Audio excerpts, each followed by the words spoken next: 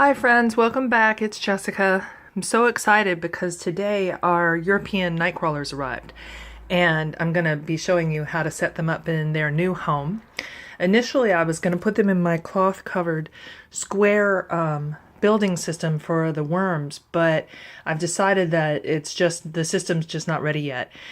The fabric that I was using is really very fine and isn't holding up very well to wear, so I suspect what would happen is within a few days I'd have earthworms rolling all over the kitchen, which we probably don't want.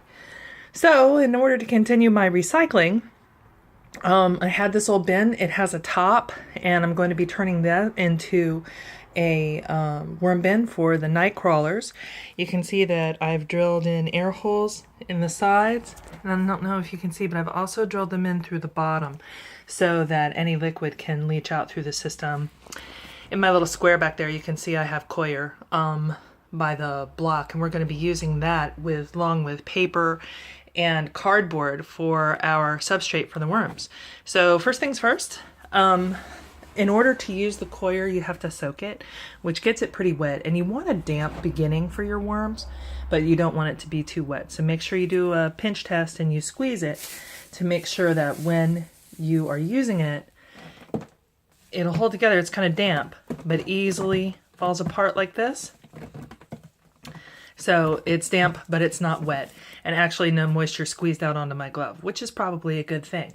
So the first thing we're going to do, regardless of this little handful of coir that's in there, is lay a newspaper, a damp, just straight newspaper bottom in, and I like to put it in, really just shake a little bit in, just like this. I don't expect the worms to be able to escape through the bottom of this because of the size of the holes that I've drilled, so I don't think you need to put a single page paper cover in there. I think this is actually going to be just fine. So I'm going to do that, and then I'm going to put the coir in, which is a lot heavier than it looks. You sort of knock it off in chunks and then use the water to dampen it, and it expands, exponentially really, by the time you're finished getting it ready to go in as your substrate. And then looking around my home, I have a lot of plastic, and as much as I want to get rid of that and sort of reuse and reduce and recycle, I'm trying not to buy any more, but for the pieces that I do have already, I just want to use them. So here's your coir, just like this. There it is, kind of dark. Looks like dirt, but it isn't. It's coconut husk. And just before we introduce the guys, got an old coffee filter, as well as in this bag I've got some avocado and some ground eggshells. We're going to add just a little bit of crushed mineral rock dust.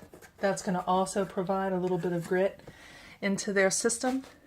Not much, just a couple of tablespoons full, really. And the next thing we're going to do is add some additional materials. I'm actually going to give them some more paper for bedding and some coffee grounds, and from Dunkin' Donuts of all places. And then we're going to introduce the worms. So hang on and we'll be right back.